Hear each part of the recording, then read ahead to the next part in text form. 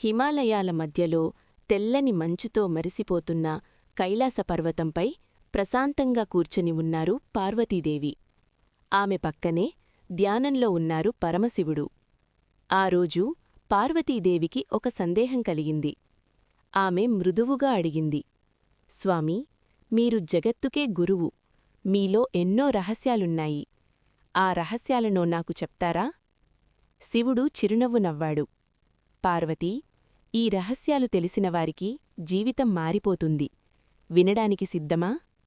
సిద్ధమే స్వామీ అని నమస్కరించింది. రహస్యం 1. జీవితం యొక్క సత్యం. శివుడు చెప్పాడు, జననం, మరణం ఇవి శరీరానికి మాత్రమే. ఆత్మకు మరణం లేదు. మనిషి భయపడేది మరణాన్ని కాదు, తెలియని చీకటిని. అందుకే జ్ఞానం వెలుగు. పార్వతి ఆశ్చర్యపోయింది. రహస్యం 2. మనసే మోక్షానికి దారి. పార్వతీ, మనసే బంధనం, మనసే విముక్తి. కోపం, అసూయ, అహంకారం ఇవే నరకం. ప్రేమ, క్షమ, దయ ఇవే స్వర్గం. మనసును జయించినవాడు నన్ను పొందుతాడు. రహస్యం 3. తపస్సు అంటే ఏమిటి? తపస్సు అంటే అడవిలో కూర్చోవడం కాదు. మన కర్తవ్యాన్ని నిజాయితీగా చేయడం కూడా తపస్సే. తల్లి పిల్లల్ని ప్రేమగా చూసుకోవడం తపస్సే.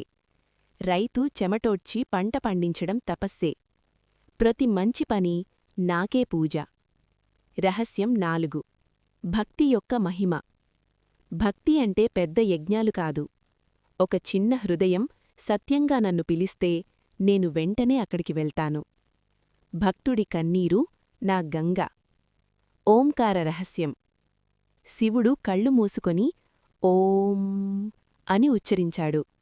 ఆ శబ్దంతో మొత్తం కైలాసం కంపించింది. ఈ ఓంలోనే సృష్టి మొదలు ముగింపు. ఇది బ్రహ్మం యొక్క శ్వాస. దాన్ని జపించినవాడికి భయముండదు. కాలం యొక్క గుట్టు. కాలాన్ని ఎవరూ జయించలేరు. కాని కాలాన్ని సద్వినియోగం చేసుకున్నవాడు జీవితాన్ని జయిస్తాడు. సమయం వృధా చెయ్యొద్దు పార్వతీ, అది తిరిగి రాదు. ప్రేమశక్తి. ప్రపంచాన్ని నడిపేది శక్తి. ఆ శక్తి నువ్వే.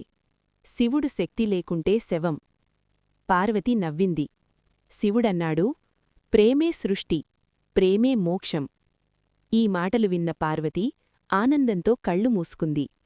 స్వామీ, ఈ రహస్యాలు మానవులకు తెలియాలి.